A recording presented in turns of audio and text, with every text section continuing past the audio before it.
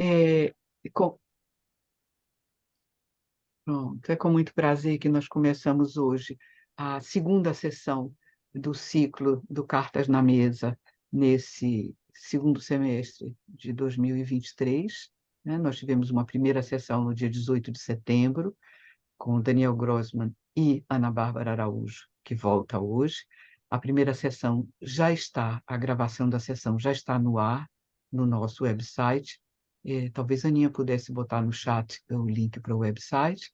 E a primeira sessão foi sobre cuidadoras de idosos e a pandemia da Covid-19 no Brasil, tentando comparar o impacto sobre condições de trabalho da COVID, durante o período da Covid, né, em cuidadoras em domicílio e cuidadoras em instituições. Foi um seminário bem bacana, que está gravado. Quem tiver interesse pode acessá-lo no link que está no nosso website. Né? Hoje nós continuamos o ciclo desse semestre. Né? Nesse semestre nós vamos ter 5 sessões. As sessões vão estar fortemente, embora não exclusivamente, voltadas para a questão do trabalho de cuidado. Nessa sessão, nós vamos ter um, dos balanços bibliográficos que o nosso projeto procurou fazer sobre o impacto da pandemia no trabalho de cuidado. O primeiro deles, nós discutimos, eu acho que no primeiro semestre, na abertura do primeiro semestre, que foi um balanço feito por Ana Cláudia Moreira Cardoso e Maria Júlia Pereira, sobre as plataformas, a plataformização do trabalho e as plataformas de trabalho de cuidado no Brasil.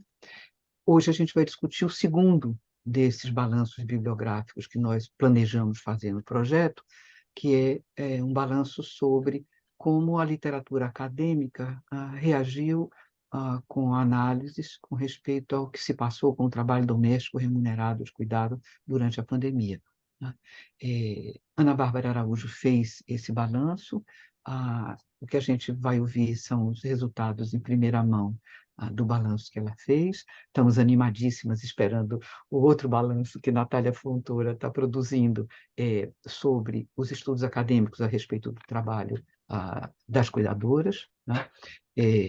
E é com muito prazer que nós recebemos Ana de novo.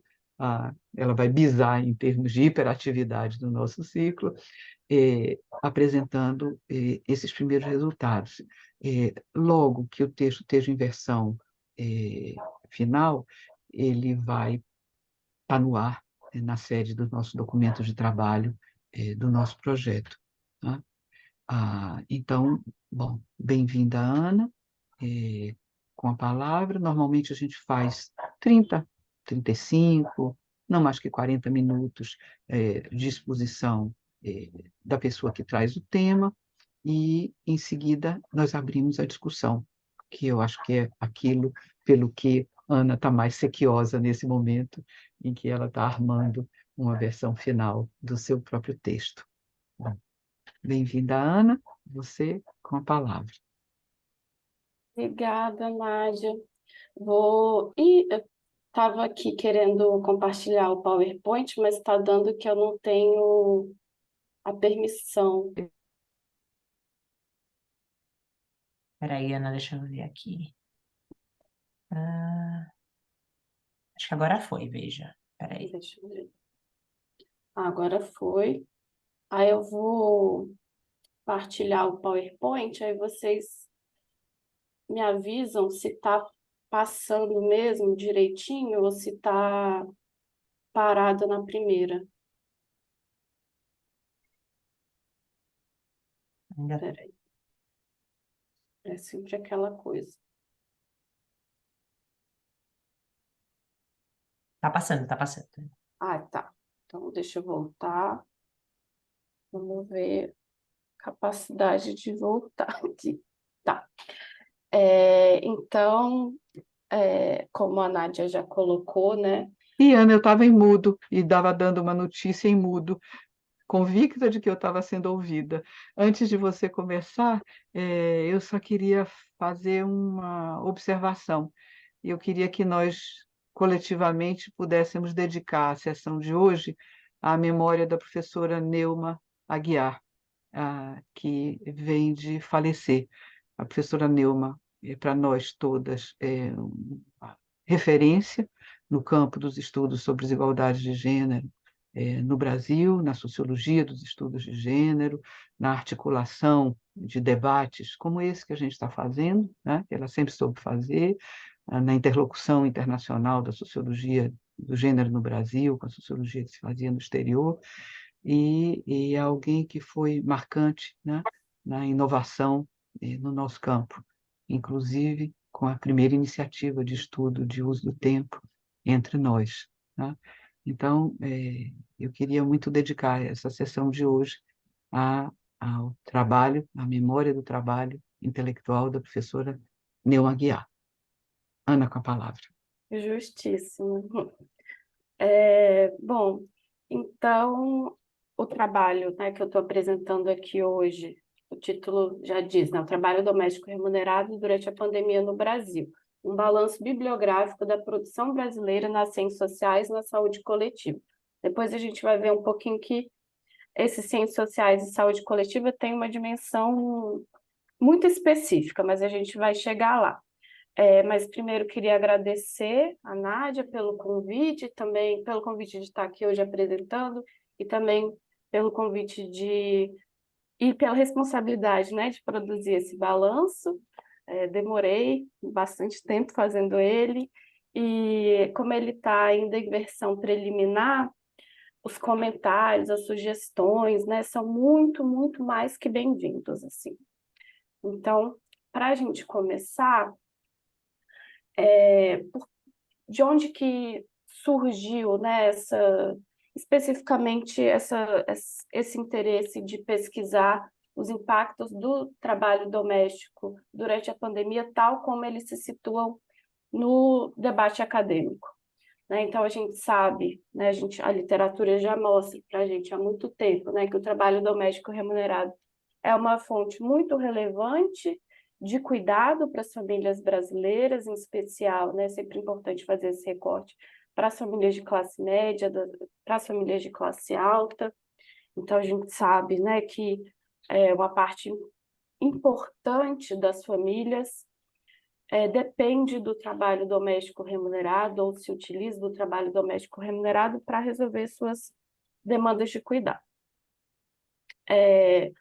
Durante a pandemia no Brasil, a gente sabe também que o trabalho doméstico esteve em debate na cena pública, né? Talvez, arrisco aqui dizer, talvez de maneira um pouco impressionista, né? Que desde a PEC das domésticas e a Lei Complementar 150, em 2013, 2015, que o trabalho doméstico remunerado não tinha tanta visibilidade no Brasil, né? O período da pandemia foi um período de muita visibilidade. E a gente também sabe que os impactos da pandemia no setor foram gigantescos, né? Assim, em termos de perda de postos de trabalho, né? Mas a gente chegou a 1.700.000 mulheres que perderam trabalho, né, durante a pandemia no setor de trabalho doméstico, enfim, fora todas as outras questões que envolve esses impactos, né, nesse setor. Então, a partir disso, a gente pensou essa questão, né, como é que a produção acadêmica nacional tratou desse tema. Então, de que maneira essas transformações da pandemia, esse novo cenário da pandemia, digamos assim, foi pensado, analisado, explicado, comentado pela produção acadêmica brasileira. E aí, dentro desse recorte, né, de pensar a produção brasileira, né, a produção nacional sobre trabalho doméstico remunerado, foi de interesse desse balanço entender quatro pontos, né? Primeiro, o volume da produção, então, em que medida essa produção é grande, é expressiva ou não é. Também os tipos de pesquisa realizados, quais foram as abordagens, né, utilizadas pelos artigos, se houve trabalho de campo, se não houve, como é que foi né, o manejo de dados, a gente vai ver depois que essa é uma questão bem relevante. Também foi de interesse, né, justamente entender esses impactos constatados da pandemia sobre o trabalho doméstico remunerado. Então, o que os artigos estão mencionando, né, como pontos relevantes de análise e, por fim, os debates realizados com a literatura do campo. Então, esses artigos também situam um pouco determinados enquadramentos teóricos, né? Então, também analisei como que esses enquadramentos aparecem nos artigos, né? Qual é a literatura que está sendo mobilizada, que embora não tivesse dentro do escopo da análise, mas que poderia ajudar a entender um pouco, enfim, esses diálogos, né, do campo de estudo sobre trabalho doméstico remunerado. Eu vou falar menos disso na apresentação, isso vai aparecer um pouco mais nas considerações finais ou nas conclusões, mas esse foi um ponto de interesse, né? Assim, eu tive que fazer vários recortes para deixar essa apresentação em mais ou menos meia hora, né? Então, não é exaustivo do que o relatório tentou fazer. Mas então, partindo, né, dessa problemática, desses pontos de interesses,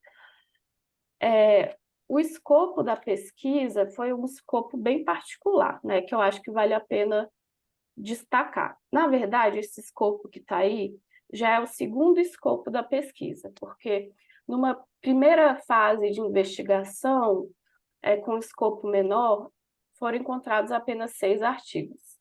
E aí, enfim, eu tive que repensar esse escopo, ampliar um pouco mais, e aí a gente chegou a esse formato, né? Artigos em língua portuguesa, porque os descritores utilizados estavam em língua portuguesa, então a gente pesquisou artigos em língua portuguesa, em periódicos, né, que publicam em português, que foram publicados entre 2020 e 2022, né? Então, pegando desde o primeiro período da pandemia até o ano passado. Aí, para fazer essa busca, né, a gente fala a gente, né, porque uma bolsista de iniciação científica, Emanuela Monteiro, ela ajudou bastante nessas buscas, nessa parte mais técnica da coisa, né? Então, a gente pensou várias palavras-chave relacionadas ao trabalho doméstico. Então, trabalho doméstico, trabalhador doméstico, trabalhadora doméstica, emprego doméstico, empregado doméstico, empregada doméstica. Então, uma série de palavras relacionadas a esses termos, ao trabalho doméstico. A gente utilizou artigos que estão indexados, que estão classificados, melhor dizendo, como Qualis A1 e A2, né, pelo Qualis CAPES, e que estão indexados nas seguintes áreas: antropologia, sociologia e saúde coletiva. Só esse escopo, a partir desse escopo, a gente encontra tanto artigos publicados sobre trabalho doméstico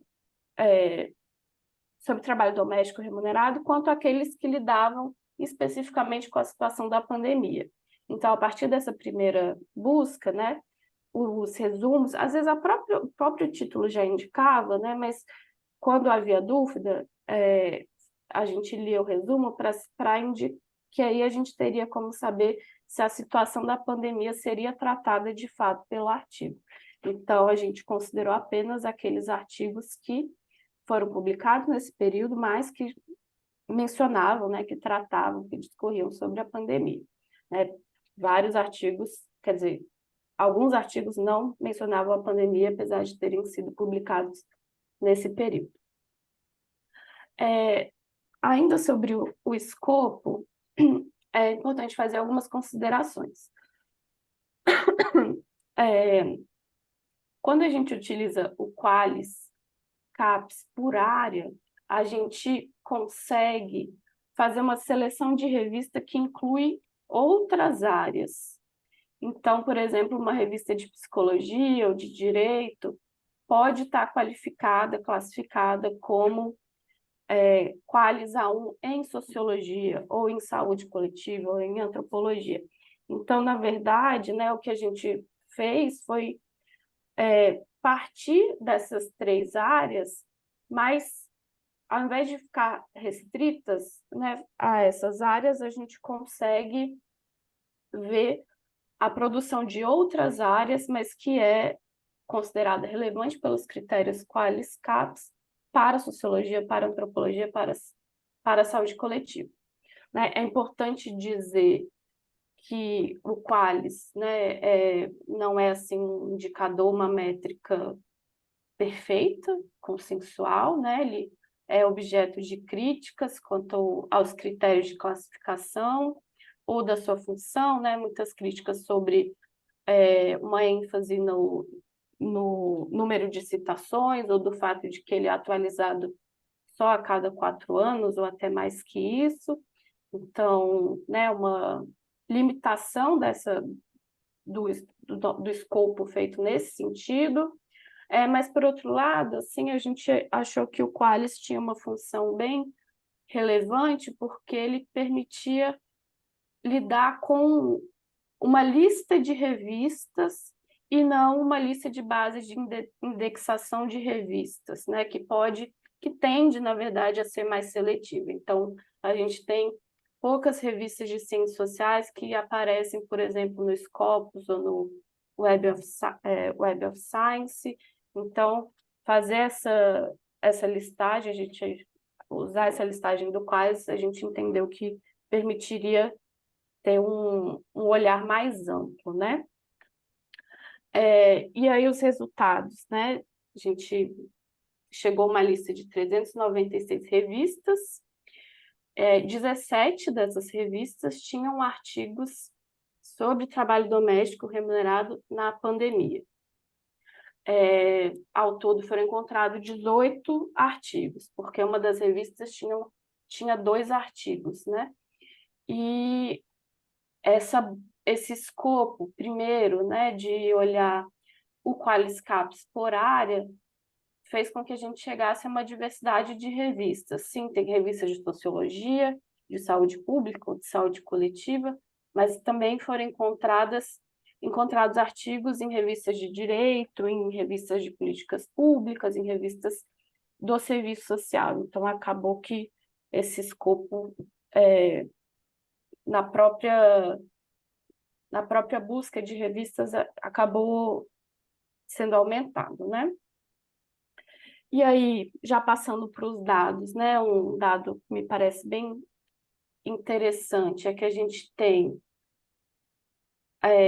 um número bem maior, né, de artigos publicados em 2020 e 2021. Então, em 2020 foram publicados 9 artigos que atendiam, né, aos critérios de busca, em 2021, 8, em 2022 apenas 1 artigo, né? Então, a gente tem uma concentração dessa publicação nos 2 primeiros anos de pandemia, o que de alguma maneira chama atenção, porque a gente sabe que dos prazos e das longas jornadas até um artigo ser publicado, né? Isso, em geral, demora bastante tempo. Mas uma possível consideração a ser feita é que, durante a pandemia, artigos sobre pandemia, né, foram publicados de maneira mais rápida. E aí, interessante pensar que em 2022, né, talvez esse tema já não apareça mais tanto, talvez outros temas apareçam relacionados ao trabalho doméstico remunerado, que não mais a pandemia, né, pelo menos dentro desse escopo que a gente utilizou para fazer a seleção. O trabalho doméstico remunerado continua a ser um tema discutido por mulheres, né? Então, 17 dos 18 artigos foram escritos por mulheres. Destes 17, né, 11 em coautoria e 6 com autoria única. Então, é um campo de pesquisa feminino né, em que as pesquisadoras também tendem a ser mulheres. Quando eu for falar dos artigos, eu vou marcar o gênero, né, a partir do nome e do sobrenome das pesquisadoras, né? Então, uma maneira de visibilizar também que essa escrita, que essa reflexão parte, né, de mulheres. Aqui eu fiz uma pequena nuvem de palavras, né, a partir dos títulos dos artigos, desses 18 artigos. Esses são os temas que aparecem mais, então, temas relacionados à pandemia, né, como a própria pandemia, Covid-19, saúde, isso aparece já com muito destaque. A questão, né, de que a gente está falando de trabalho doméstico, de trabalhadoras, de mulheres, isso também aparece. Aparecem algumas palavras, né, relacionadas a esses enquadramentos teóricos, né, que eu tinha mencionado. Então, aparece a ideia de interseccionalidade, aparece também a ideia de divisão, que está relacionada à divisão sexual do trabalho, ou divisão sociossexual do trabalho, a ideia de reprodução, que remete também à reprodução social, né? Então, também nos títulos dos trabalhos, essa perspectiva ampla, né? Mas de uma perspectiva feminista também aparece. E aí, a partir, né, desse conjunto de artigos, desses 18 artigos, quando eu comecei a lê-los, a analisar e a fichar esses artigos, eu os categorizei segundo dois critérios. Se havia ou não pesquisa primária, né? Então, se aquele artigo era baseado em algum tipo de pesquisa feita pelo pesquisador, né, naquele momento, e aqui esse critério é mais fácil de encontrar, e o segundo, que é um critério que é um pouco mais complicado, né, porque isso pode ser debatido, mas, na verdade, quando eu falo de extensão do debate sobre trabalho doméstico no artigo, aqui eu estou querendo saber se é um artigo sobre trabalho doméstico remunerado ou se é um artigo, sei lá, sobre a pandemia em que o trabalho doméstico remunerado aparece de alguma maneira. E aí a gente chega, né, cruzando esses critérios nessas 4 categorias, nessas 4 classificações. Então, primeiro, pesquisa primária em artigo focado no trabalho doméstico remunerado, que resultou na classificação de apenas um artigo. Pesquisa secundária em artigo focado no trabalho doméstico remunerado, que resultou em 6 artigos. Pesquisa primária em artigo com debate tangencial sobre o trabalho doméstico remunerado, onde há 3 artigos.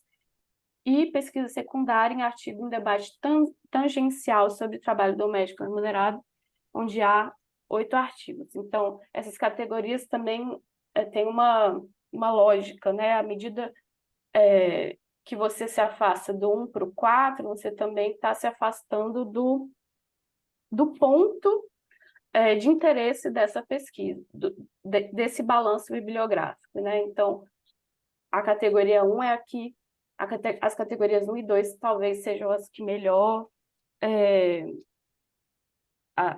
as que mais interessam a esse balanço, né? Embora não se possa,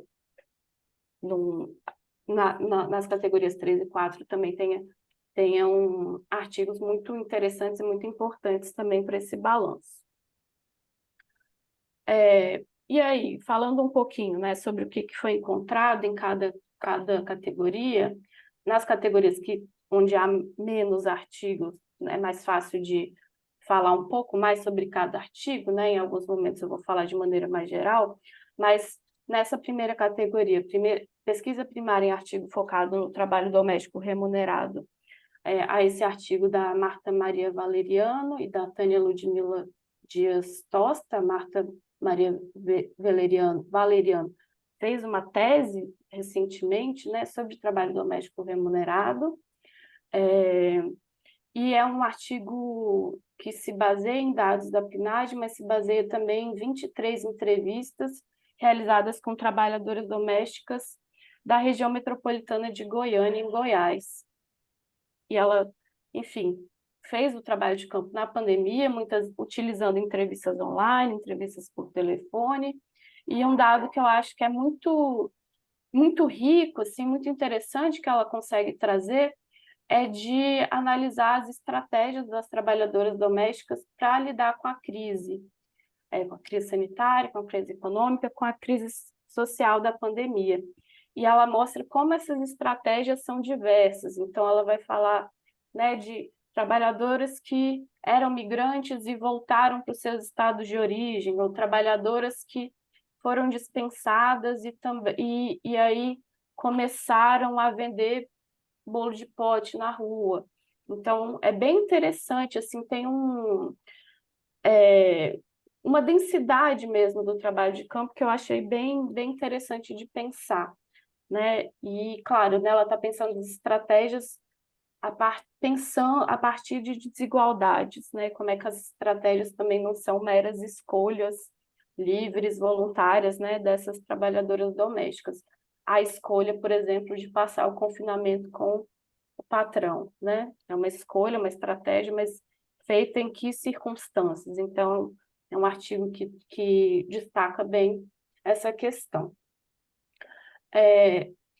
Em relação à pesquisa secundária, em artigo focado no trabalho doméstico remunerado, tem todos esses artigos aí, que eu não vou ler cada um, mas um traço, né, que me chamou bastante atenção é como aparece, né, como aparece como uma fonte de destaque o site da Fenatrad, né?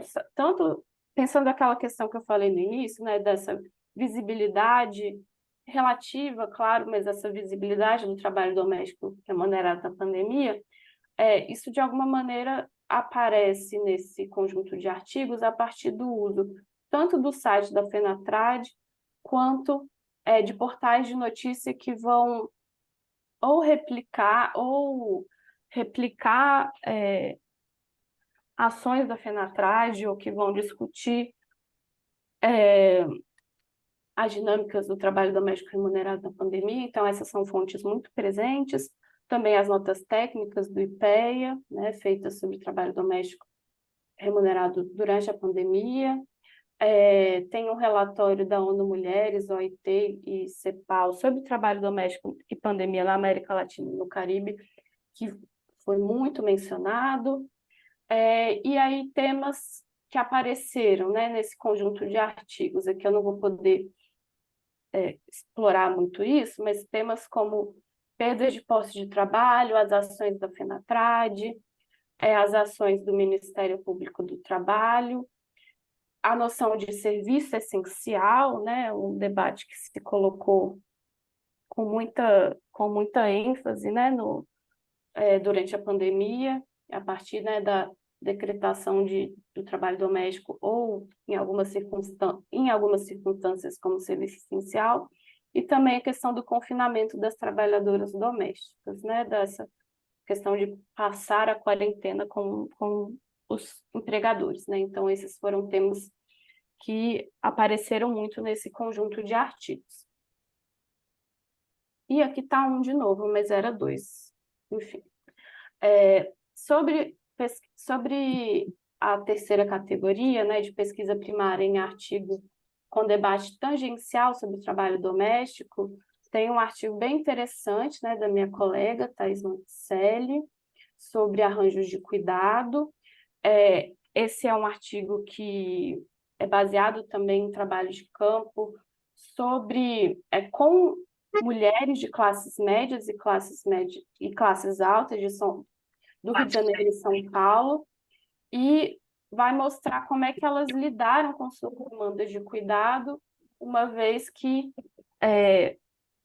fontes, né, importantes estavam indisponíveis, como o trabalho doméstico remunerado e também, né, as creches, as escolas que ficaram fechadas. Então, é um artigo que fala bastante sobre o trabalho doméstico remunerado, embora esse não seja o único foco do artigo, né? Mas ela chama atenção por fato de que, de alguma maneira, as trabalhadoras domésticas, a falta delas foi sentida, né? Foi discutida pelas empregadoras, mas isso não levou a uma revalorização do trabalho doméstico, né? Ao passo que as escolas e as creches tiveram um conhecimento muito maior. Tem esse outro artigo sobre ativismos de mulheres negras em Cuiabá, né? E feito pela Simone Lima e Cássia Maria Carracco Palos. É um artigo que fala muito pouco sobre trabalho doméstico remunerado, na verdade, mas ele situa o trabalho doméstico remunerado como um alvo desse ativismo de mulheres negras em Cuiabá durante a pandemia, porque uma vez que postos de trabalho foram perdidos, né? Esse ativismo das mulheres negras trouxe algumas outras estratégias para ganho de renda, como o afroempreendedorismo, e esse outro, que é o único artigo escrito por homens, fala dos impactos da Covid-19 no mercado de trabalho, em que o trabalho doméstico remunerado aparece como uma das categorias, ou dos setores, melhor dizendo, analisados, né? Mas, na verdade, eles estão pensando esses impactos no mercado de trabalho como um todo.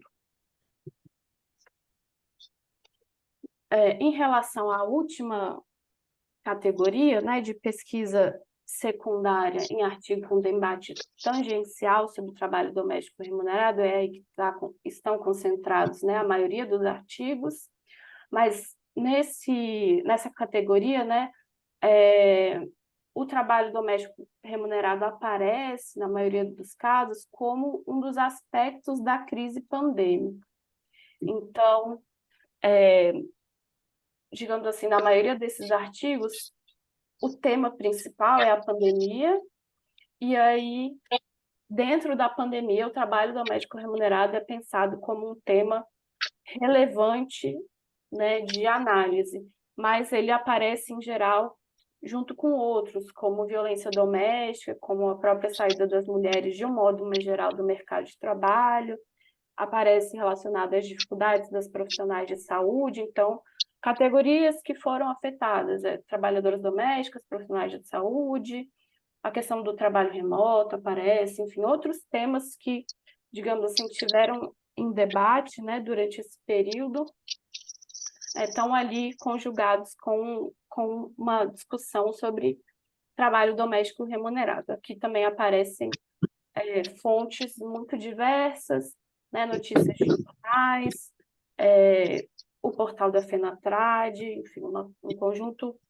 bem amplo de referências, né, de fontes para a escrita desses artigos. E aí, já terminando, acho que eu estou mais ou menos no tempo, um tema, né, que se repete em vários dos artigos é como essa crise da pandemia ela pode ser pensada à luz de desigualdades estruturais, né? Então, a própria pandemia é enquadrada, né, como algo relacionado às desigualdades, especialmente desigualdade de gênero, de classe, de raça, que já estavam presentes antes da pandemia, e aí a ideia é pensar de que maneira a pandemia afeta, né, esse cenário. Não mencionei aqui, né, mas vários desses artigos mencionam, que eu estou chamando aqui de casos paradigmáticos, né, que ilustram essas desigualdades, como, por exemplo, o caso, né, da primeira morte do Rio de Janeiro, que foi uma trabalhadora doméstica, né, da Cleonice, e também o caso, né, do menino Miguel, em Recife. Então, esses casos são muito presentes nos artigos, né? E aqui acho que não é uma coisa, não é uma coisa aleatória.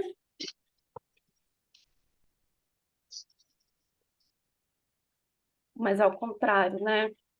De alguma maneira, esses casos se tornaram símbolos, né, dessas desigualdades, de como elas estiveram atuando, não sei se é a melhor palavra, mas durante a pandemia. Os enquadramentos teóricos são diversos, mas muito relacionados aos feminismos, então a presença de enquadramentos teóricos interseccionais, marxistas e materialistas, decoloniais também. Aqui eu acho que há um certo paradoxo, digamos assim, porque havia, claro, né, dado aquele contexto, uma necessidade muito grande de analisar o trabalho doméstico remunerado, mas ao mesmo tempo era um contexto social de muita dificuldade para realizar pesquisa, em especial as pesquisas de campo, né, as pesquisas que envolvem trabalho de campo. Então, a gente vê esse uso, né, artigos muito apoiados, né, em fontes secundárias, talvez devido à dificuldade de realização de trabalho de campo nesse período, né? Aparece também como um traço de vários artigos, né, a importância do movimento organizado das trabalhadoras domésticas como atores ou como atrizes sociais relevantes, né, que estão, de alguma maneira, talvez sintetizando, né, a situação das trabalhadoras domésticas nesse período e, ao mesmo tempo, tendo uma agenda bastante rica, né, nesse período. Então, a FENATRAD, né, aparece, a Federação Nacional das Trabalhadoras Domésticas, né, aparece em vários dos artigos, né, e pensando, né, algumas perguntas que ficam, né, a partir desse balanço, talvez uma primeira seja a que eu também sintetizei, né, no relatório tem mais perguntas, né, mas que efeitos da crise permanecem nesse período já que a gente está chamando de pós-pandemia, né, o que efeitos permanecem. Esse consumo das famílias se alterou, né, especialmente no trabalho da Marta Valeriano e da Tânia Tosta, e também no trabalho, né, da Thais Monticelli, há indicações, né, de que os arranjos de contratação de trabalho doméstico remunerado se alteraram na pandemia, uma coisa que a gente sabe também, mas, digamos assim, esses artigos dão assim, uma carne, né, assim, a essa constatação. Então, uma pergunta que fica em aberto, né, em que medida isso se alterou e essas alterações permaneceram em termos da jornada de trabalho, da periodicidade da contratação, enfim, até não coloquei aqui, né, mas dos tipos de contratação, será que isso mudou? Uma outra questão, né, como é que se dão as negociações, né, de trabalho, essas estratégias que aparecem, né, das trabalhadoras domésticas, como é que elas se dão no contexto pós-pandêmico? Então, essas são algumas perguntas, digamos assim, para pensar esse período mais atual, né? Como depois, né, depois da pandemia, né? O que ficou. Então é isso, agradeço. Estou ansiosa para ouvir os comentários. Vou parar aqui Muito obrigada, Ana. Obrigada também por ter ficado rigorosamente no tempo. Nós temos, então, até o meio-dia, temos 50 minutos para conversar sobre o material trazido por Ana. Aberta a nossa Ana Cardoso, Ana Cláudia. Ana Cardoso é ótimo. Ana Cláudia Moreira Cardoso. Bom, sem ser especialista no tema, então aqui fala alguém de fora do tema. Uma coisa que eu acho interessante é assim, claro, é difícil comparar com outros períodos, né?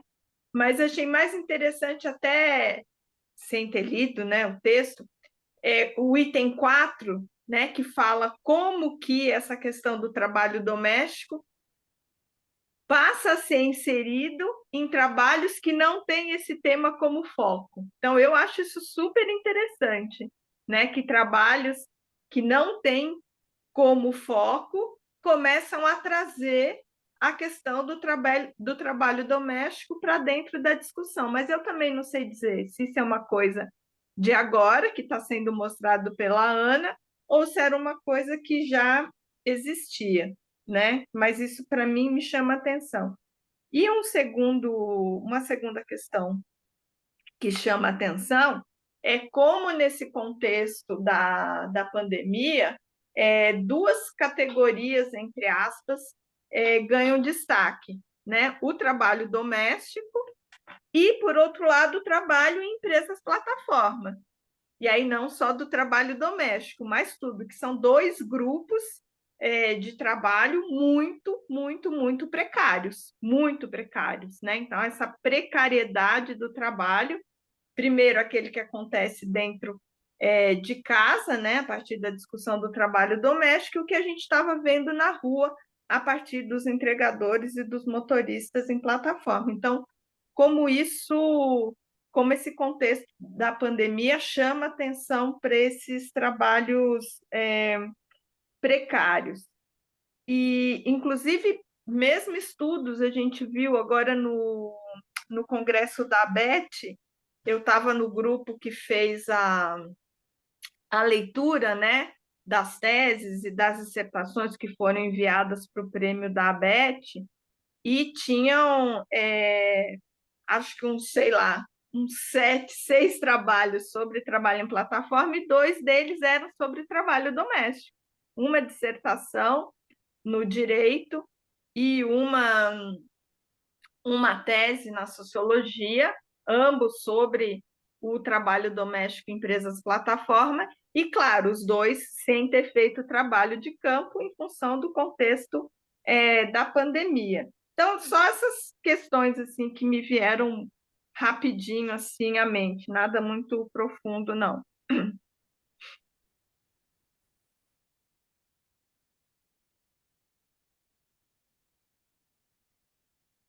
Tá sem som. Obrigada, Ana.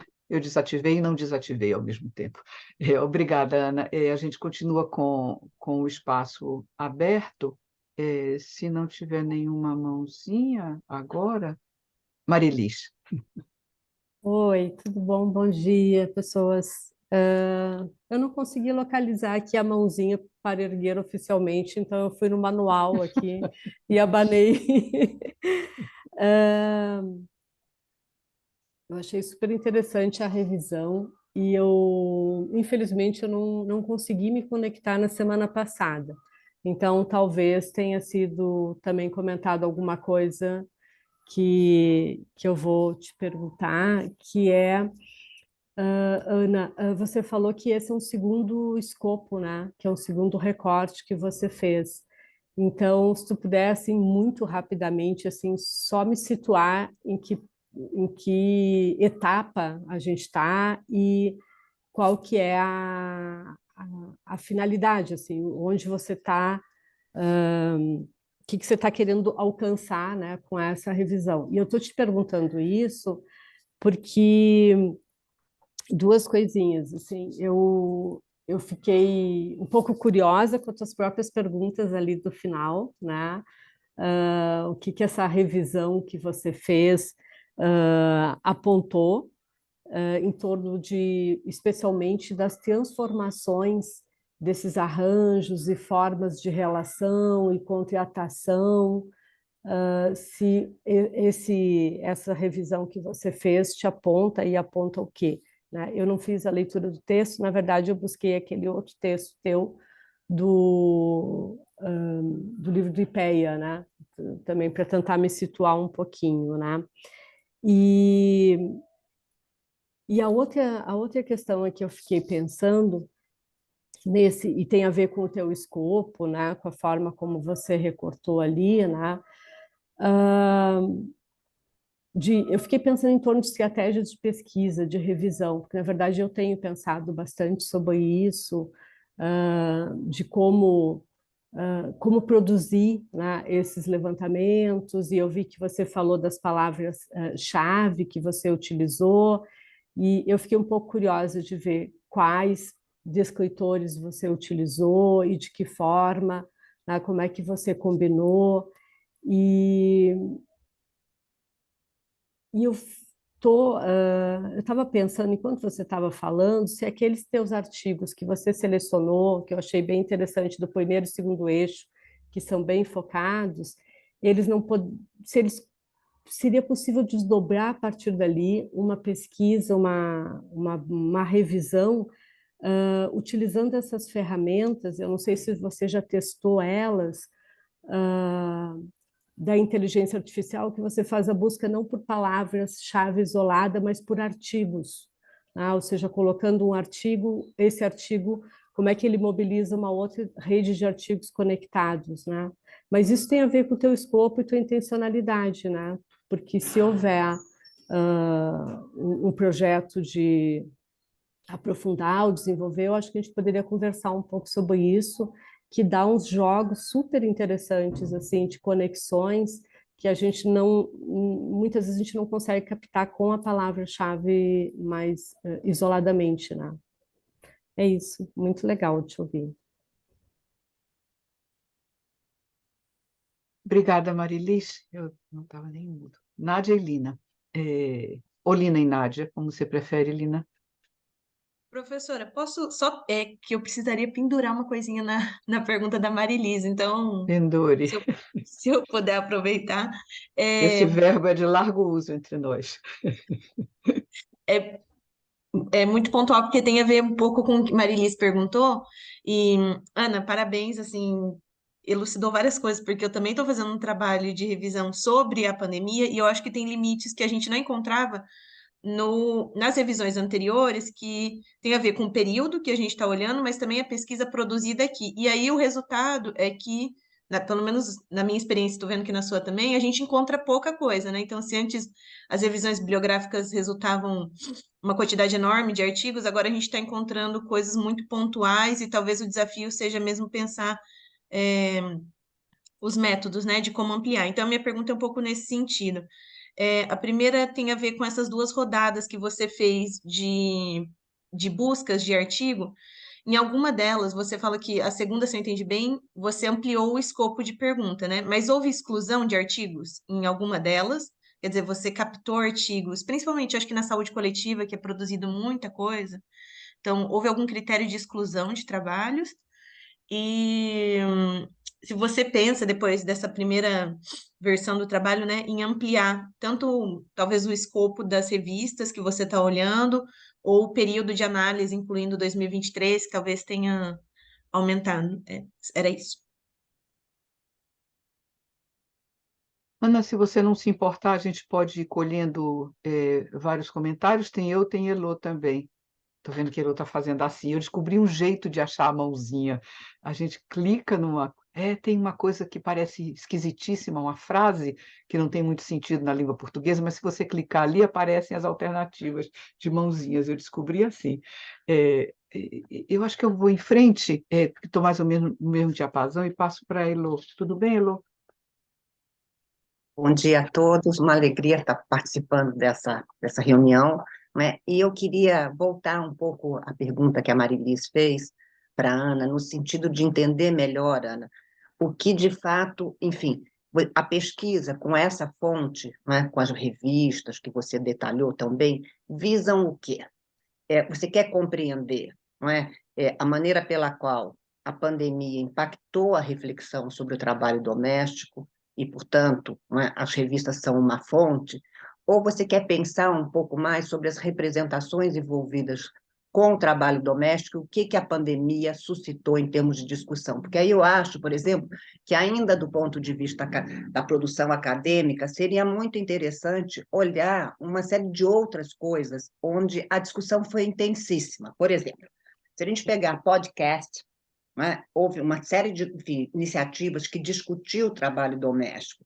Houve, por exemplo, no Facebook, eu acabei descobrindo, não é, uma série de empregadas domésticas que passaram a discutir o tema a partir da pandemia e que tem blogs específicos sobre isso, não é? Ou a discussão mesmo, não é, sobre, se a gente pegar a 451, que é uma revista de livros, não é, se criou uma sessão que chamava Viagem em Volta do Meu Quarto, onde homens e mulheres discutiram intensamente a questão da pandemia e indiretamente, não é, como é que eles passaram a organizar o cotidiano doméstico, até digerir coisas. Não é? Eu nunca vi, pelo menos nos meus 60 anos de existência, né, numa discussão sobre o que fazer dentro de casa, como foi naquele momento em relação ao Facebook. As pessoas não tinham ideia, diziam como é que você organiza o seu quarto, como é que você faz a faxina, como é que você... Enfim, uma série de coisas,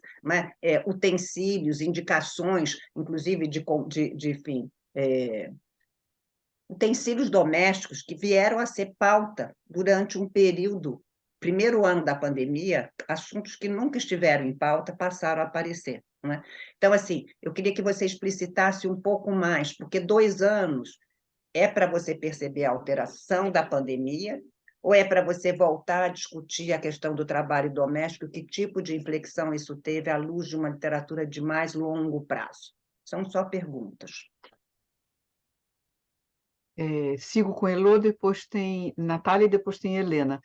Eu tinha algumas perguntas também que tem um pouco que ver com o caminho que foi aberto por Marilise e um pouco com o caminho que foi aberto por Elô. Meus comentários, Ana, eram de 2 tipos. Tá? Eu estou achando bem bacana a gente poder discutir o trabalho, enquanto Ana fez um movimento, tá? Organizou e abriu a conversa, e pode voltar a ele, né? Então a gente tem essa capacidade de recriar e calibrar expectativas nossas mesmas, né, na discussão. Então, eu acho que tem 2 coisas. Uma tem a ver com o que você mesmo estava chamando de escopo, né? Quer dizer, e a discussão sobre o escopo tem a ver com a discussão sobre o alvo. Quer dizer, o escopo depende daquilo para o que eu quero, né? E aí volta ao ponto que a Elô tinha colocado, né? Eu fiquei pensando, o escopo varia se os descritores são mais inclusivos. Eu estou pensando em algo que está desafiando a mim e a Aninha, por exemplo, nesse momento, com descritores para mapear plataformas, de escritores para mapear associações e entidades que congregam trabalhadores. Tem alguém com o microfone aberto. Se o descritor inclui ocupações, isso faz diferença? Por exemplo, se o descritor falasse em faxineira, diarista, cozinheira, teria captado mais? Eu acho que a gente poderia talvez fazer um teste de ver o que acontece se eu abro mais o descritor e vou além da ampla categoria de trabalho doméstico, trabalhador doméstico, e eu baixo ao nível de ocupações mais precisamente definidas. Talvez por aí a gente pudesse capturar alguma coisa a mais, né? A outra coisa também que me bate muito a cabeça é o seguinte: nós estamos tratando um campo que é fortemente interdisciplinar, né? Quer dizer, a contribuição para esse campo, ela vem do nosso pequeno território das ciências sociais, mas vem também de outros territórios disciplinares que tiveram nesse campo antes da gente com muita força. Aí fico sem saber até onde a geriatria e a gerontologia se encontrarão recobertas pela saúde coletiva. Talvez não, talvez sim, mas elas são fundamentais, elas foram fundamentais na história do campo, e como é que elas se colocaram nesse momento? Então, estou pensando campos afins ao nosso e que são importantes, como a economia e a demografia, a geriatria e a gerontologia, a enfermagem, até onde devemos ampliar para esses campos ou não, né? E o que ganhamos em termos de captura para dar mais solidez a esse escopo, né? e fico pensando que é difícil a gente pensar a ideia de um núcleo e a periferia da produção intelectual nesse campo. Ou seja, nós não somos o núcleo, né? Nós nos tornamos um núcleo. A geriatria, a gerontologia era um núcleo, de repente esse campo se abre muito fortemente, nós temos uma produção que é significativa, mas a minha dúvida é se nós olhamos a partir da nossa produção somente, né? Nós conseguimos bem retratar. Por outro lado, como a nossa produção marca outros campos, muitas vezes a produção da enfermagem da geriatria está dialogando fortemente com matrizes interpretativas que vieram da ciência social, mas que a gente não as classifica como nossa, entende? Quer dizer, onde é que acaba o nós? Minha pergunta é um pouco essa, se é um campo tão fortemente interdisciplinar. Terceira coisa que tem a ver com isso era, e você tem uma observação muito feliz sobre isso no texto e na fala, é a produção das atrizes, né?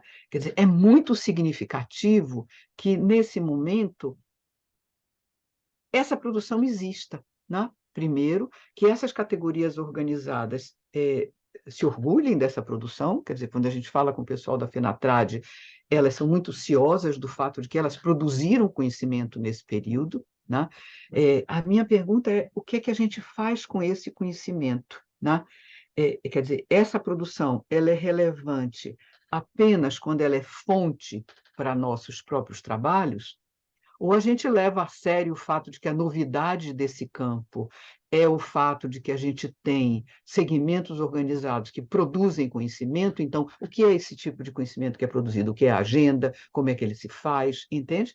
Por outro lado, você tem uma produção, eu vou chamar assim com uma palavra velha, né, de intelectuais orgânicos desse campo, e talvez o Diese seja a instituição que mais exemplifique o que seria o que eu estou pensando com essa categoria emprestada da velha e boa interpretação gramsciana de intelectuais orgânicos, mas que reflete também sobre isso. O que é que a gente faz, entende? Isso não, provavelmente não aparece, talvez nas revistas de ciências sociais e saúde coletiva, mas pode ter sido uma produção nesse campo, até porque tem um fluxo diferente desse nosso fluxo. Então, no fundo, eu estava querendo sugerir, sem querer que isso vire um projeto de vida para você, que talvez a gente devesse refletir um pouco sobre essa questão do escopo, né? Mesmo pensando, começamos por aqui e até onde vamos, ou quando a gente alarga, o que é que acontece? Isso vale também para o que Elô falou, que para mim é muito importante, porque a produção dessas atrizes, em via de regra, ela se faz por mídias que não são exatamente aquelas que a gente está analisando, né? E, por outro lado, nós também inovamos produzindo de forma que a gente também usualmente não produzia. Nós passamos a fazer podcasts, revistas de altíssima velocidade. Então, o que é que a gente ganha e o que é que a gente perde quando a gente se atém ao que era o mais convencional do nosso modo de produzir conhecimento e interpela esse modo? Ou como a gente toma em conta o fato de que essa conjuntura foi tão extraordinária que ela criou um ruído nos nossos modos tradicionais de produzir. Vamos ou não vamos levar esse ruído em conta, entendeu? Esses eram meus dois grandes pontos. E uma terceira coisa que eu achei muito bacana que você chamou a atenção é o fato de que tem uns personagens que encarnam o momento, né? Quer dizer, as figuras de Cleonice por um lado e de Miguel por outro, elas são tão significativas, né, que você pode construir talvez toda uma narrativa em torno dessas grandes figuras, né? Quer dizer, você tem dois grandes pontos de ancoragem nessa discussão. Bom, acho que era isso. Acho que nos seus últimos pontos você levanta questões também muito importantes, né? Eu acho que talvez a grande pergunta, pelo menos para mim, que fica é: isso foi somente um interregno muito especial em que as coisas viraram de ponta cabeça e depois a gente arrumou a casa normalmente, sabe? Ou, na verdade, você criou um interregno muito importante que, do ponto de vista das condições de trabalho, deixou marcas significativas no dia seguinte. O que, de certa maneira, eu tenho ouvido nos grupos focais que a gente tem feito com trabalhadoras domésticas e cuidadoras é que as relações de trabalho no dia seguinte mudaram, né? Nos estudos sobre plataformas, a gente tem visto como a ideia de jornada está radicalmente sendo transformada por esse outro modo de contratação. E isso é muito importante. Isso se tornou especialmente importante nesse período, né? Então, acho que essa pergunta que você faz, o quanto que no dia seguinte se sedimenta de mudanças que eram somente parte de algo perfeitamente extraordinário que era feito para desaparecer quando a crise passasse, né? Eu acho que esse talvez seja um dos pontos mais importantes para quem está interessado sobre relações e condições de trabalho, né? No longo prazo. Natália e Helena. A gente não pode fazer um bloquinho, senão acho que eu não vou dar conta de responder, de lembrar. Não pode ser Talvez assim? a gente possa perguntar à Natália, Helena e à Guita se elas têm pontos que confluam com esses que já estão sobre a mesa, porque se os pontos fizerem confluência, talvez a gente pudesse passar pelos pontos de confluência e deixar para o seguinte bloquinho pontos novos. Eu temo que com 2 bloquinhos a gente não acabe ao meio-dia. No meu caso, totalmente confluente. Totalmente confluente, então vai em frente. Eu queria parabenizar a Ana. Desculpe, Ana. A Queria maldade. parabenizar a Ana e já agradecer, porque com certeza eu beberei do seu caminho que você trilhou aí, desmatou a trilha. Vou segui-lo no meu balanço sobre a produção sobre cuidadoras, né? Cuidadoras de idosos e babás, enfim. Babás não, né? Mas cuidadoras que não no trabalho doméstico, cuidadoras de idosos e cuidadoras de instituições, né? E a minha dificuldade também tem sido a mesma, já também ecoando as que me antecederam, a produção acadêmica, eu arrisco dizer já, apesar de eu não ter concluído meu balanço, e a Ana, mas olhando da Ana, que na questão do trabalho doméstico há ainda mais produção do que das cuidadoras. Apesar da questão do cuidado com idosos ter sido tão premente, tão importante, tão falada no contexto pandêmico, eu acho que o trabalho doméstico, pela visibilidade, que ganhou mais visibilidade, ficou ainda mais evidente, porque talvez atinja de maneira muito forte o cotidiano de muitas famílias e que antes não pensavam tanto sobre isso, né? O cuidado da pessoa idosa, mesmo quando você tem a quem delegar, é um cuidado a ser pensado e gerido, né? Estou aqui já pensando alto, tá? Nem tinha pensado sobre isso. O trabalho doméstico é tão delegado que eu acho que a ausência de quem o fizesse ficou mais premente. Enfim, eu acho que a questão do trabalho doméstico, na produção acadêmica, pelo menos, a questão do cuidado das cuidadoras, eu estou com muito mais dificuldade ainda de achar. E aí, se a gente for expandir para a produção não acadêmica, né, talvez, enfim, essa discussão que a Heloísa levantou e a Nádia fez, eu acho que talvez seja um caminho, mas talvez seja um trabalho acadêmico a ser feito, né? Não, nosso balanço é muito restrito. Eu acho que talvez expandir para 2023, já que estamos em outubro, não sei se a Ana Bárbara vai ter possibilidade de fazer isso, com essa questão toda que você levantou dos tempos todos de publicação. O que eu estou imaginando é que quando eu expandi para 2023 até só o primeiro semestre, né?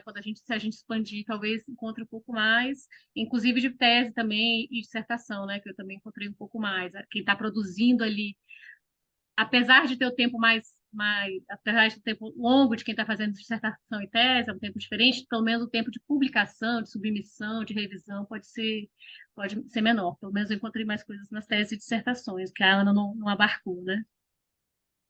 Tem uma sugestão que eu não sei se a Ana já pensou sobre isso, Nádia, e também eu diria que é de forma. Eu acho que a minha sugestão é fazer uma versão reduzida do artigo, porque no artigo, seu relatório é muito pormenorizado e vai fechando artigo por artigo em detalhes, citando e tal. E quando você apresenta, que você faz os resumos, os principais pontos, os principais temas, eu achei que ficou super super bom e mais claro, sabe, Ana?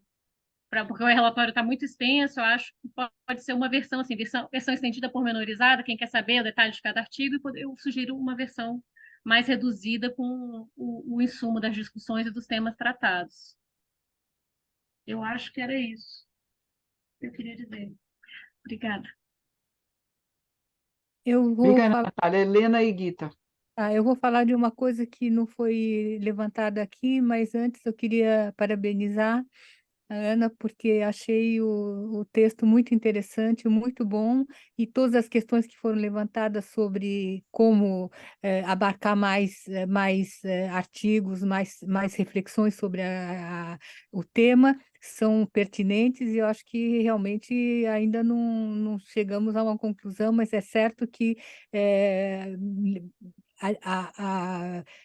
levantar a discussão e tentar alargar via outros canais que não revistas, ou não revistas científicas, ou por anos, etc. Acho que são todas sugestões bastante válidas e não vou dar a minha opinião. Eu estou querendo, inclusive, ouvir mais as pessoas, por exemplo, as pesquisadoras que estão presentes, que são especialistas de trabalho doméstico remunerado, que ainda não falaram e que gostaria de ouvir o que elas acharam dessa sua reflexão. O que eu vou dizer que não foi dito ainda pelas pessoas que falaram é sobre o trabalho essencial. Eu acho que o seu estudo me deu muita ideia sobre todo esse debate que houve sobre o trabalho essencial, que, na realidade, o trabalho essencial, a discussão que houve foi realmente de que o trabalho doméstico remunerado não pode ser considerado um trabalho essencial, porque ele só vai, sendo considerado trabalho essencial, só vai penalizar as atrizes, as que vão fazer esse trabalho.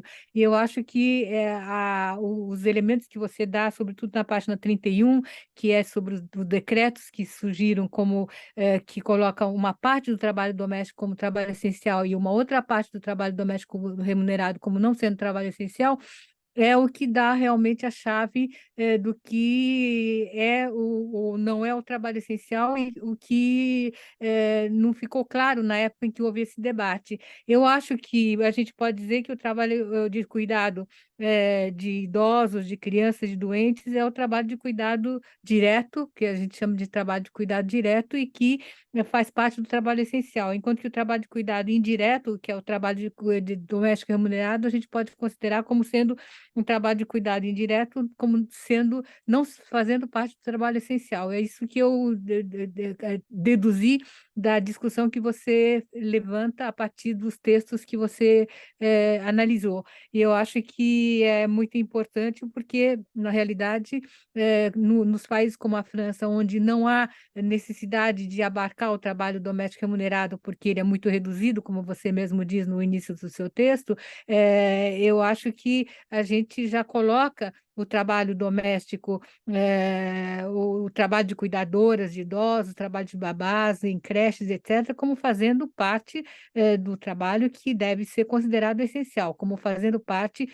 junto com as enfermeiras, as auxiliares de enfermagem, etc., como fazendo parte do trabalho essencial. E o resto, como trabalho doméstico remunerado, nem é levado em consideração, claro, nesse debate, porque não existe essa população enorme que existe no Brasil, ou em outros países da América Latina, colocado nesse ângulo de trabalho essencial. Então, eu acho que o seu texto traz uma reflexão que nos ajuda a pensar essa discussão que houve na época sobre trabalho essencial, e obrigada pelo seu trabalho. Obrigada, Helena. Guita. Ana está assim.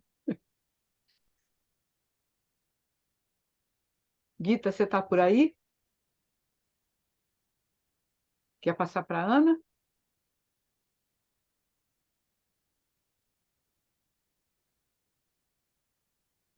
Ana. Ótimo. Alô?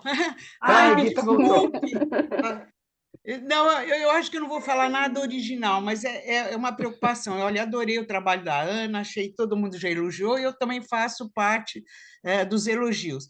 Agora, a minha preocupação vai um pouco, talvez radicalizar um pouco as coisas que já foram ditas, que é essa. Por um lado, o trabalho da empregada doméstica e o trabalho da cuidadora, porque eu acho que a gente tem uma questão aí política que é um pouco complicada, porque justamente eu acho que a Ana Bárbara mostrou, apesar de visões teóricas muito diferentes, na realidade há uma certa homogeneidade nesses trabalhos de apontar desigualdade e que esse é o trabalho, digamos, na hierarquia, o que está mais lá embaixo, não é? Mais desrespeitado, vamos assim. Enquanto que as cuidadoras, de alguma forma, estão lutando para que se crie essa diferenciação entre a empregada doméstica e a cuidadora, que eu acho que a gente tem que trabalhar com isso com um pouco de cuidado, mas enfim, é uma preocupação, eu não tenho uma resposta para dar, mas em que momento, quando a gente pega o trabalho de cuidado e junta com o trabalho, principalmente no contexto brasileiro, com o trabalho da empregada doméstica, na realidade, a gente está indo contra uma certa reivindicação de diferenciação na área.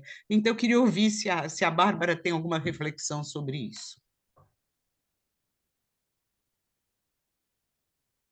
Obrigado, Guita. Ana, enfim. Não, não. Pensei que tinha fatinha escrita. Era somente provocação nossa, de Helena e minha.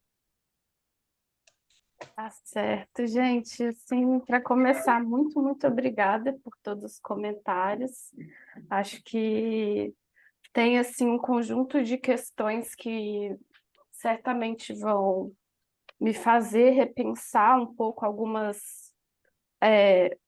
o texto, né? Porque, como eu falei, ele ainda não está em versão final. Eu acho que tem algumas questões que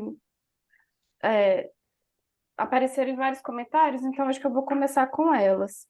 Uma questão que apareceu é a questão do escopo e dos objetivos, né? Eu acho que, para dizer assim de maneira bem franca, eu pensei esse balanço, né? Pensando esse balanço de uma maneira que talvez não seja mais utilizada quando a gente está fazendo um balanço para uma tese, ou para uma dissertação, ou mesmo para um artigo, porque a ideia, né? Porque, em geral, quando a gente está fazendo um balanço para uma tese, para um artigo, para uma dissertação, a gente pensa problemáticas, né? Então, problemáticas específicas, né? Poderia ser trabalho doméstico e serviço essencial, por exemplo. Qual é a literatura sobre isso? Mas aqui a ideia era ser um pouco mais exaustiva e aí pensar, na verdade, quais são as problemáticas que emergem dessa literatura. Então, para isso, o ponto de partida foi o mais amplo possível. Então, o primeiro escopo visava, né, olhar só as revistas A1 em sociologia, e aí foi aquilo que eu falei bem rapidinho, só apareceram 6 artigos, e aí se deu a necessidade de ampliar. E aí a gente ampliou A1 e A2, sociologia, antropologia e saúde coletiva. Então, a ideia, né, é justamente investigar qual foi a produção acadêmica sobre trabalho doméstico e pandemia no período, ver quais eram os temas, o que era debatido, quais eram as fontes de análise também, o que emergia dessa literatura, para justamente pensar depois eixos de análise possíveis, né? O que essa literatura ilumina para a gente, né? Para a gente pensar esse contexto agora, 2023, 2024, e ao mesmo tempo o que essa literatura deixa não deixa não discutido, né? Deixa não problematizado. Então, a ideia era ser bem exaustiva nesse sentido. E aí, por isso, né, já pensando um pouco essa questão do escopo, por isso o foco amplo. E aí, quando eu falei dos descritores, né, os descritores a gente não usou só em palavra-chave, era o descritor no texto inteiro, né, de acordo com... enfim, foi uma busca meio heterodoxa mesmo, assim. Então, a busca, inclusive, no texto inteiro, que deu conta de encontrar aquilo que a Ana Cláudia mencionou, de que tem textos que não são sobre trabalho doméstico, mas que focalizam, né, em alguma medida isso. Então, os escritores foram digamos assim, se eles fossem usados só na palavra-chave, talvez valesse a pena focalizar as ocupações mais específicas ou outros elementos que lembram o trabalho doméstico. Mas eu acho que, sendo no texto inteiro, talvez não haja necessidade, mas dá para fazer uma busca para saber se é isso mesmo. Eu concordo, né, com o que disse a Nádia, que esse é um campo interdisciplinar, né, por excelência, e aí eu acho que a ideia de, assim, né, talvez a ideia de tratar com o Qualis área dê conta disso.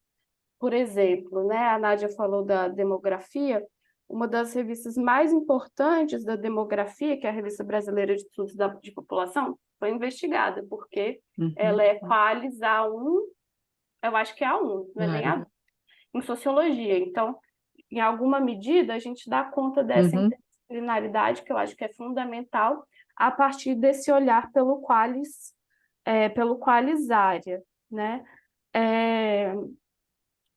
Aí uma outra questão, né, que foi colocada pela Heloísa sobre essas, e pela Nádia também, sobre esses diferentes formatos de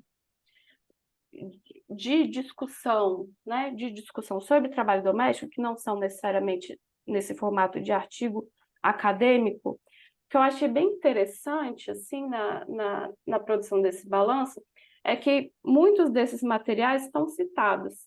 Então, eu acho que seria muito difícil fazer uma pesquisa exaustiva sobre o que foi publicado em blogs ou em redes sociais, porque é um tipo de material, de informação que às vezes é muito instável, né? Aquilo é apagado, aquilo não aparece lá no algoritmo, mas o que a gente pode fazer, né? Deixar até isso como uma possibilidade no relatório, de fazer, digamos assim, um subproduto mencionando todos esses dados que não são artigos científicos, mas que aparecem nos artigos. Então, os blogs, as lives, as notícias de jornal que foram citadas, ou as entradas no site da Fenatrad que foram citadas, isso dá para fazer uma lista a partir do que aparece nos artigos. Talvez fazer uma lista disso, assim, em geral, fosse bastante complicado, mas dá para fazer, né, a partir disso. Uma questão, né, que a Nádia colocou também, de o que se faz com esse campo de produção bem relevante, né, das trabalhadoras domésticas, pensando sua própria produção, sua própria, enfim, né, seu próprio trabalho. Eu acho que essa é uma questão bem importante. Lá na BET, lembrei, né, quando você falou, lembrei de uma fala que eu ouvi, né, de uma apresentação da Gláucia Fracaro, que é da UFSC, que ela vai pensar as trabalhadoras domésticas sindicalizadas como intelectuais, e eu achei bem interessante, acho que dá para pensar por aí, né, dá para expandir. Também acho que essa questão de pensar o que mudou é bem importante, né, o que mudou com a pandemia que não acabou com a pandemia. Eu acho que essa é uma questão bem importante, né? Sobre a questão da Natália, né? Se vale a pena focalizar 2023, aí eu fiquei pensando, porque em 2022 só tem um artigo, então será que essa tendência de queda, quer dizer, não sei nem se dá para chamar de uma tendência de queda, mas será que vai se manter esse baixo número, ou será que 2023, né, vai subir? Porque assim, o que me pareceu é que assim, o grosso da discussão está 2020 e 2021. Então, 2023 não sei se vai ter, mas é possível de fazer. Também agradeço a sugestão da versão reduzida e da versão expandida. Eu estava, na verdade, com medo oposto de não ser sistemática o suficiente e, enfim, né, lidar com a complexidade dos artigos de maneira satisfatória. Deixa eu ver o que mais aqui. Então, ó, um pouco isso, né? A questão que a Marilis colocou, né, sobre o uso da inteligência artificial para refinar essa busca, me parece bem interessante, né? Assim, eu sei que tem alguns softwares de revisão bibliográfica, até de uso livre, que daria para pensar, né? Achei bacana a ideia.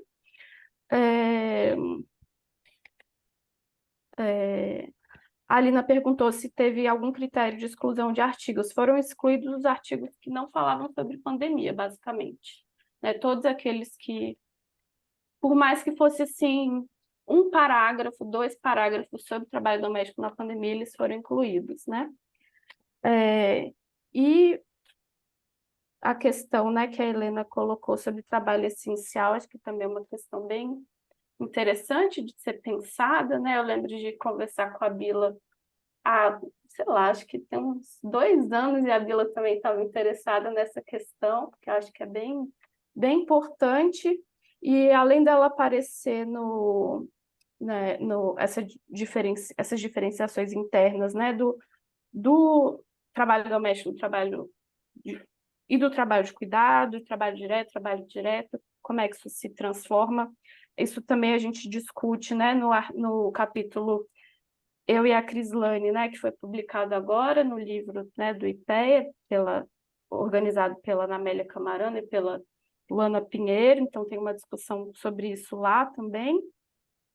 E a questão, por último, né, sobre a questão que a Guita coloca, sobre essa questão política das trabalhadoras domésticas e das cuidadoras, eu acho que essa é uma questão bem importante também, né, que é assim um campo minado, porque essas diferenças se colocam de maneira política de maneira bastante evidente, né?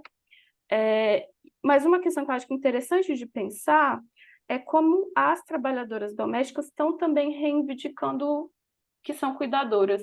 Então, isso aparece, por exemplo, nas campanhas da Fenatrade, né? A gente cuida também, nós cuida de quem te cuida, né? E, de alguma maneira, essa questão do cuidado, eu acho que é uma entrada interessante para a gente pensar essa separação, mas também, digamos assim,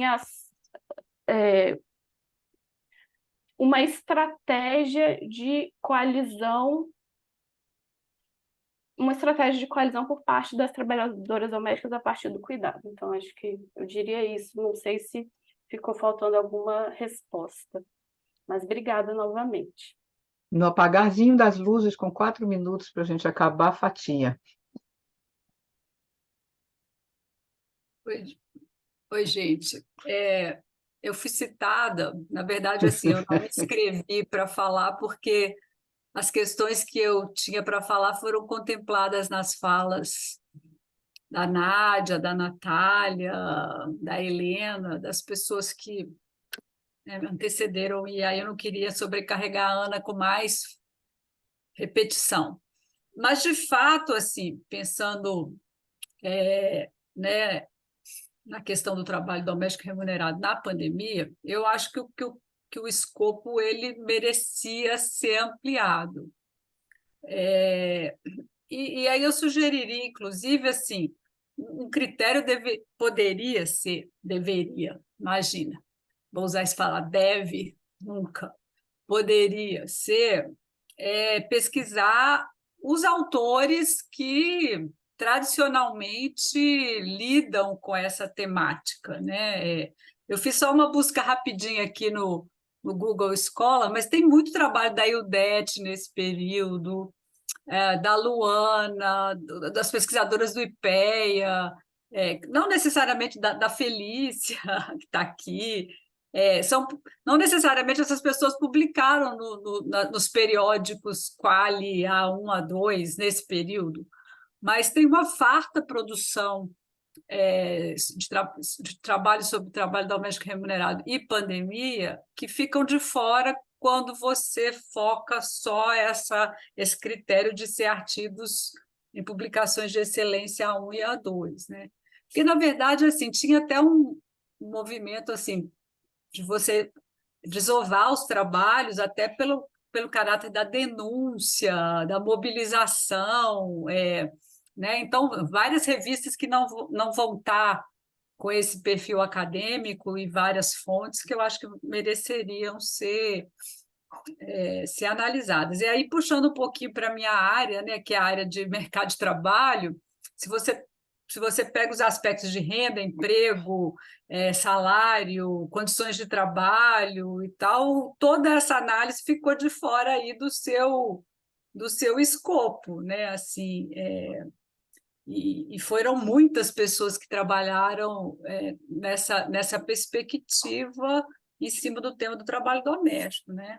Não à toa se ficou 8 estudos que tangenciam, né, o tema,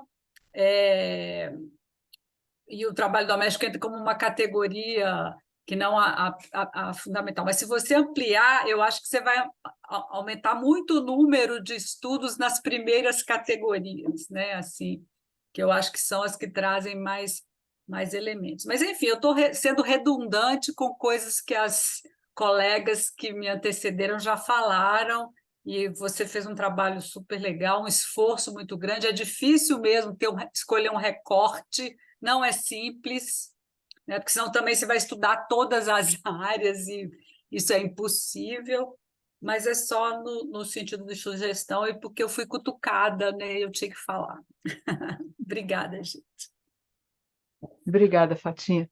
Aproveitando que a gente fez várias referências, eu tinha feito compromisso com Ana Amélia e com Luana de fazer a propaganda de que foi lançado o livro organizado pelas duas, o Cuidar, verbo transitivo, já na edição não pré-print, que estava no ar no site do IPEA, mas na edição final, como livro disponível já para download. Elô queria dizer uma última palavra. Está em mudo, Elô, você ficou congelada com a mão levantada. Se Agora. Ana for expandir a pesquisa, eu sugeriria, Ana, que você olhasse os podcasts que saíram pela Ampox. Aí você tem uma base acadêmica, teve muita discussão Boa sobre ideia. trabalho indiretamente, transversalmente, e também acho que o mercado editorial é uma fonte interessante. Por exemplo, o livro Confinada, que foi uma história em quadrinho do Leandro Assis e da Priscila Oliveira, foi um dos carros-chefes da Todavia, inesperadamente, no ano de 2021. Então, assim, se a gente olha e quiser olhar o que foi o impacto da pandemia e como é que a questão do trabalho apareceu, é inimaginável, 5 anos antes, que algum livro que tratasse de confinadas, que é a relação da empregada doméstica que ficou dentro da casa em quadrinho, tivesse alguma relevância e sucesso editorial. Então, assim, talvez você pudesse, enfim, sugestões, se você for ampliar, para você ter um escopo que você seguraria numa base acadêmica, que seriam os podcasts que saíram pela Ampox, e talvez alguns outros indicadores, porque realmente o trabalho doméstico nunca foi tão discutido quanto na pandemia, né? Só isso, Nádia. Obrigada, Elô. Eu acho que, bom, fica mais uma sugestão na manga do colete de Ana, como a ideia é tirar as cartas da manga e botar as cartas na mesa nesse ciclo, então tem mais uma carta na manga de Ana para que a gente possa botar na mesa. Também um esclarecimento, porque várias pessoas disseram assim, porque o texto está longo, havia um pedido para que a circulação do texto não fosse tão ampla, então ele ficou realmente restrito às pessoas do corpo principal do próprio projeto. Então, agradecer a todas as outras pessoas que fizeram comentários de muito boa qualidade, em que pese sequer tenham podido ler essa primeira versão do relatório de Ana. Então, isso é agradecimento em dobro, né? Bom, nosso próximo encontro vai ser no dia 30 de outubro, nesse mesmo bate-horário. O bate-local vai mudar, o link para o seminário de José Soeiro e Sara Canha, de Portugal, sobre a noção de cuidado informal e a questão do cuidado familiar não remunerado dilemas teóricos e desafios políticos no debate atual na sociologia em Portugal. Vai ser 30 de outubro, todos e todas são super bem-vindos nesse dia. A programação completa está no ar, no nosso site, o link para essa sessão também está lá na programação. De qualquer sorte, eu mando o cardzinho fazendo propaganda um pouco antes para esse dia específico. Um abraço a todo mundo, super obrigado a Ana pelo texto, pela arrumação dos horários perfeita de novo, e até o dia 30. Tchau, gente. Tchau, obrigada. Tchau. Tchau. Tchau.